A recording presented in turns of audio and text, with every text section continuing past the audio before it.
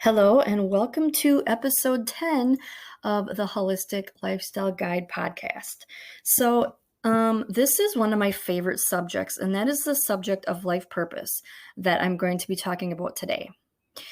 I think of all the subjects that are included in living a holistic lifestyle, I think none of them are more fun to learn from or learn about than finding your life's purpose. I think this is such an important aspect of spiritual health. And there's even studies out there that have proved that people who have found their life purpose were actually happier and healthier. And that makes complete sense. Like, I would have thought nothing else. That's got to be true. So I want to give some suggestions on how you can find your life purpose and you can become one of those people that is living your life purpose, that is happier and healthier than people that aren't.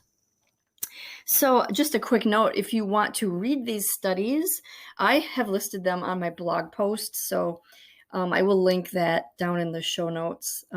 There's a couple of studies that show the importance of life purpose and how they've actually proven that people that have a life purpose and know what it is and are living it, they have increased physical vitality and they have decreased mortality rates. So I think that's very important to say before I actually go into this episode, because that's the why. That's the whole entire reason why you want to find your life purpose, is to be healthier and happier. Because we're not on this earth just to, go to work and pay bills and look forward to some day when, when you finally have free time and when you can finally do the things you want to do. I don't buy into that system. To me, that's just, that is actually another whole subject that I could talk about, but so I'm just going to stick to ways to find your life purpose in this episode. So now that you know that there is science behind this, let's help you find your life purpose. So you can start with volunteering. Volunteering is something that is good for a couple reasons, because you don't have to get jobs in all of these things that you're interested in. You can just volunteer, because that way you're not committing. You can stop anytime. You can only, do a couple of hours if you have to. So it's very easy to find an organization in your community that interests you. Doing something worthwhile is a good way to find your purpose, because if it's something that fills you with passion and joy, then you can explore that and see if that's something that you would like to make into a full-time thing. So this is a good way to get your feet wet in a career without having to spend money on schooling or wasting time working at a job that you might eventually decide isn't for you. So that's something to consider if you have the time. I know a lot of people don't have the time to volunteer.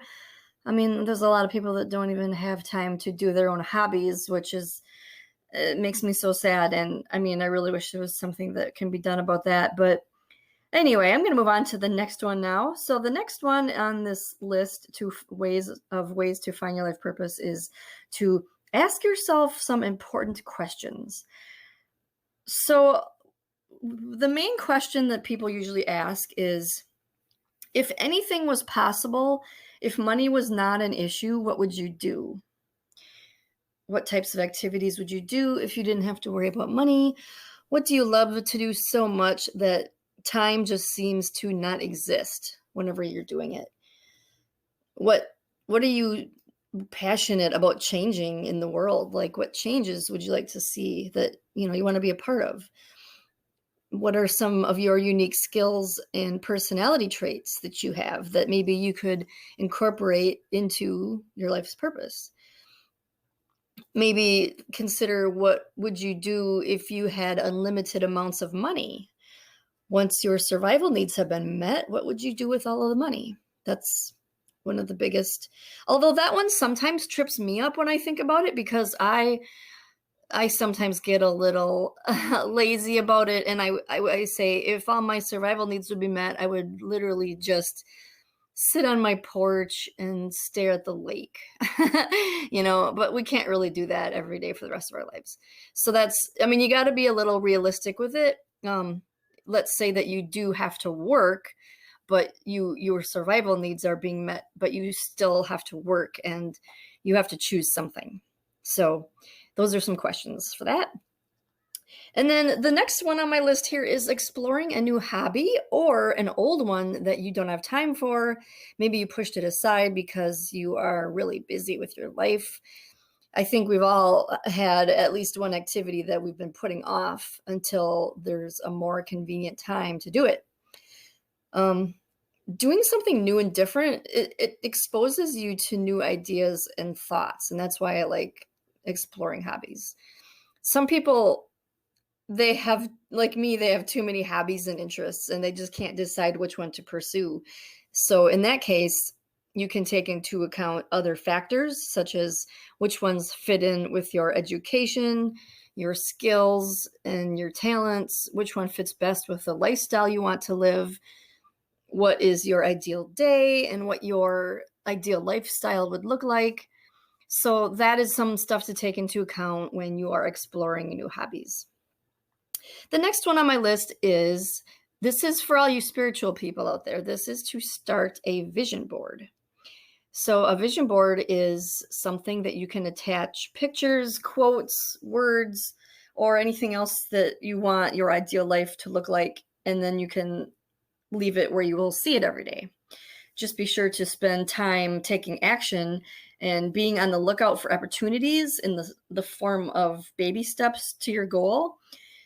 Because a fulfilling life of purpose doesn't usually happen overnight. You need to work at it. You need to put action in and take action on the opportunities that come your way. And that's where manifestation comes in. And that's a whole nother subject as well. But basically, a vision board is a simple, fun way to find your life purpose. And you can kind of create your dream life visually. So you can just see it, put it up on your altar or a table or on the wall, or maybe even on your phone or your computer, or something like that. I've got vision boards everywhere. I've got one in my bedroom by my altar. And then I've also got one, it's not really a vision board technically because it's on the computer, but I take all my pictures and I make my screensaver rotate through the pictures. So whenever my computer is idle, it'll default to those pictures. And then I'll glance at it and be like, oh, yeah, there's that. So that's a really fun thing that I recommend everybody do.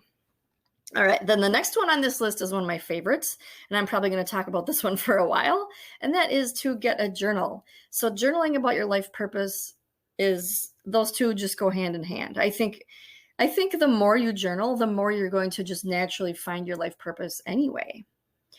So writing in a journal, either first thing in the morning or last thing before bed, this is best because this is when your mind is calm and stress-free.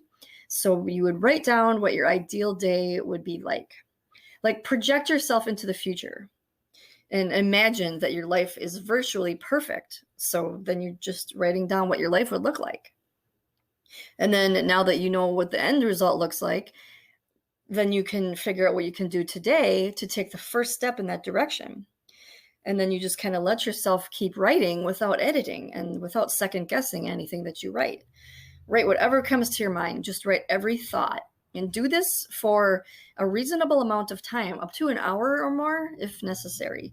Like, don't stop until your mind feels empty, because the longer you do it, the more words you will purge from your mind.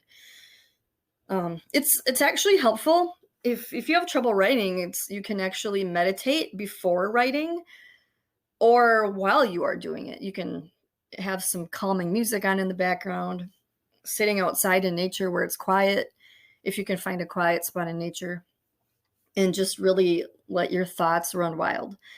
Because often the little gold nuggets will be set free during this process, even embedded in a sentence about something different entirely. I've had this happen many times. You just never know what the subconscious mind will bring forth when you unlock the door. And that's why I'm so passionate about journaling, because it's I like to say, this might be an exaggeration, but I like to say that it's being your own lifestyle or your own life coach, your own therapist. Because when you write things in a journal, that's just for you. It's just, you're more free because nobody else is going to read that, at least hopefully not. And so you're open and you're letting everything out. And there's wisdom that comes from us. It's from our higher self. It's from the universe. It's just wisdom that comes through when the mind isn't, in control. Everybody knows that when your mind is in control, you are stressing out, you get anxiety, you might get depressed because, I'm going off on a tangent here, but I'm going to keep going for a second because I really want to say this part. Anxiety and depression are results of your mind being stuck in the past or the future. And so when, as much as you can possibly be in the moment, that is the best because that's when you're really living life. That's when you're accessing all of the inspiration and just information and wisdom. So that's why I think journaling is so important. And now I will stop the journaling section because I could go on for a long time about that. All right. So the next one on my list, and this is the last one because I like to keep my episodes under half an hour because that's a good enough time. And I don't know if anybody really wants to hear my voice for that long. I don't either. Okay. So taking a course. This will be the funnest course you ever take, is this course called the Ultimate Life Purpose Course. And I took this a couple years ago from the website actualize.org. You might have heard of Leo Gura, or maybe just his website and his YouTube channel, actualize.org. He's got this amazing fun course called the Ultimate Life Purpose Course. And I mean, I just love these kind of things anyway, but just doing it for your life purpose is something I think everybody should do. So another couple of things I wanted to mention about this is it's kind of important to remember that a life purpose might not mean a career or a job. You might decide that your life purpose is just to be a good parent or volunteer with people that are less fortunate or anything else that doesn't involve getting paid. So as long as you feel that you are fulfilled, that is all that matters. But you should not stay at a job that drags you down. There's just no use in living your purpose, doing good in the world if you're going to be miserable for the other part of your day. So take that into account as well. If you would like to dive deeper into finding your life purpose and you love reading books, I actually have a really good book I can recommend. This is a book called Discover Your Dharma, and this is by Sahara Rose. She is an amazing spiritual teacher, and she's the host of one of the most popular spiritual podcasts in the world.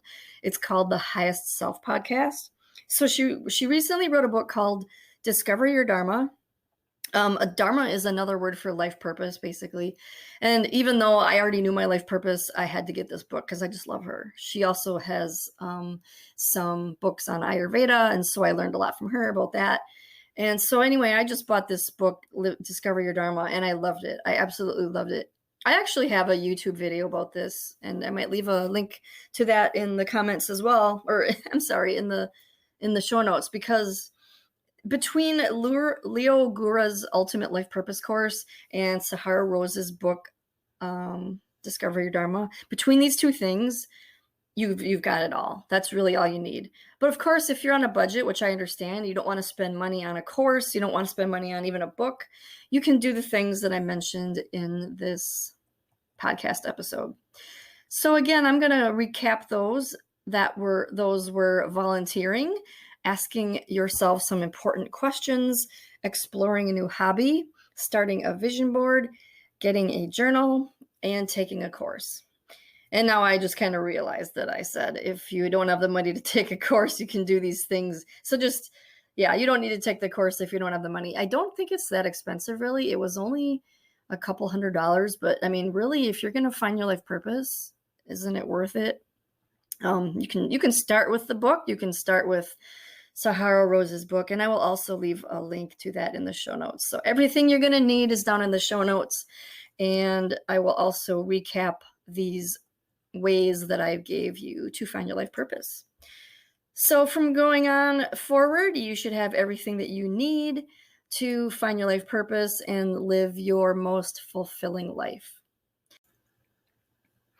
Thank you so much for listening today, and I wish you luck in finding your life purpose.